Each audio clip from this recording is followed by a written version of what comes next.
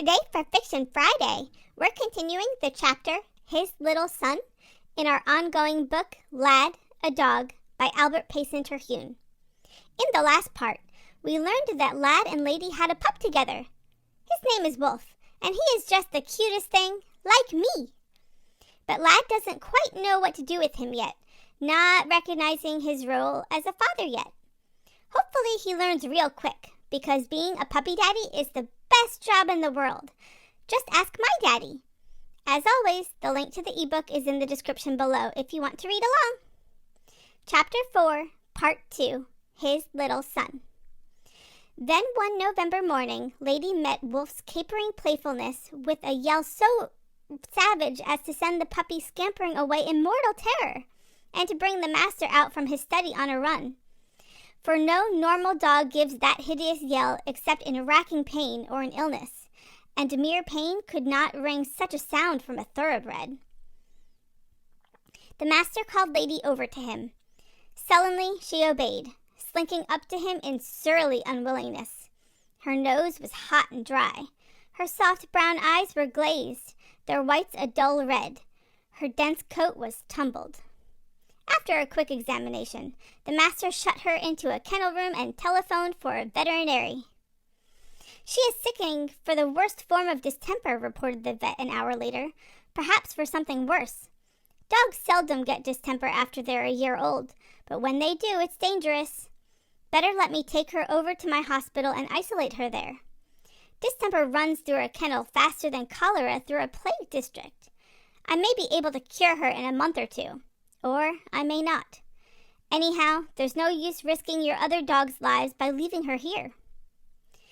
So it was that Lad saw his dear mate borne away from him in the tonneau of a strange man's car. Lady hated to go. She whimpered and hung back as the vet lifted her aboard. At the sound of her whimper, Lad started forward, head low, lips writhing back and forth from clenched teeth, his shaggy throat vibrant with growls. At a sharp word of command from the master, though, he checked his onset and stood uncertain.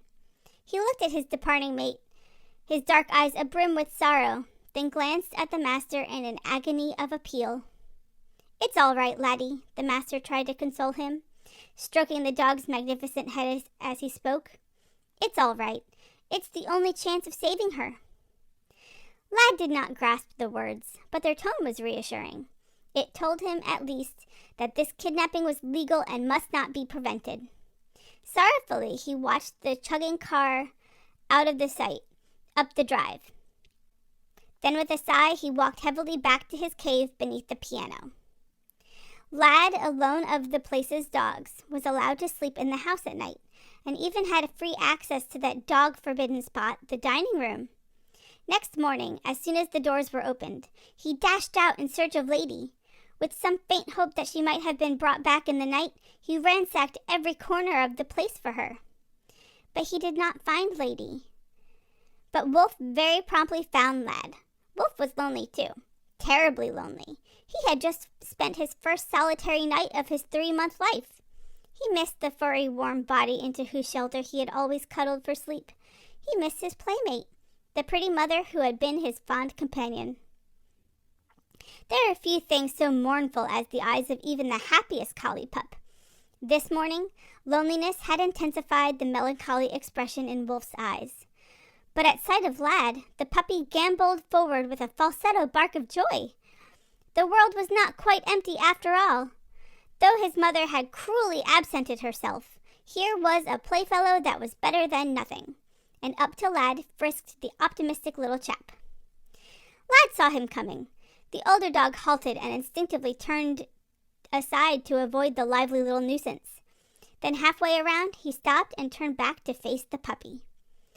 Lady was gone. Gone, perhaps forever. And all that was left to remind Lad of her was this bumptious and sharp-toothed little son of hers. Lady had loved the youngster. Lady, whom Lad so loved.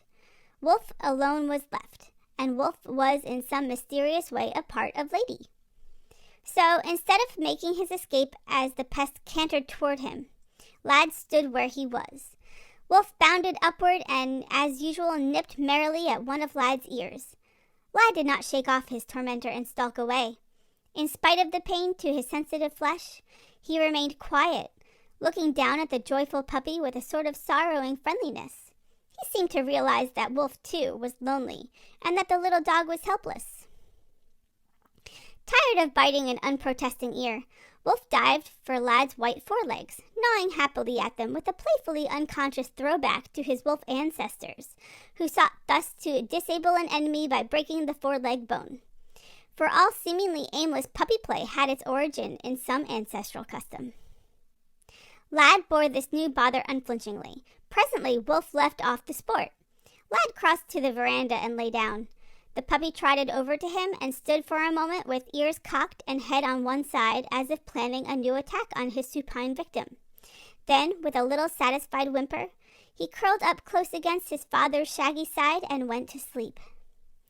Lad gazed down at the slumberer in some perplexity. He seemed even inclined to resent the familiarity of being used for a pillow. Then, noting that the fur on top of the puppy's sleepy head was rumpled, Lad bent over and began softly to lick back the tousled hair into shape with his curving tongue. His raspberry pink tongue with a single queer blue-black blot midway on its surface. The puppy mumbled drowsily in his sleep and nestled more snugly to his protector. And thus Lad assumed formal guardianship of his obstreperous little son. It was a guardianship more staunch by far than ladies had been of late, for animal mothers early wear out their zealously self-sacrificing love for their young. By the time the latter are able to shift for themselves, the maternal care ceases, and later on, the once inseparable relationship drops completely out of mind. Paternity, among dogs, is, from the very first, no tie at all. Lad probably had no idea of his relationship to his new ward. His adoption of Wolf was due solely to his love for Lady, and to the big heart and soul that stirred him into pity for anything helpless. Lad finally became a daddy to his little son, and he did it because he wanted to, through no obligation. How sweet! I do hope that poor Lady gets well soon, though, and comes home. They all need to be a family together. Families are the bestest things in the world. Well, that's all for today, friends. Be sure to join me on Monday for a special Valentine's Day Music Monday song, and on Wednesday for the next article about an animal in the Chinese zodiac. Happy Lunar New Year! Thanks for hanging out with me today. Bye!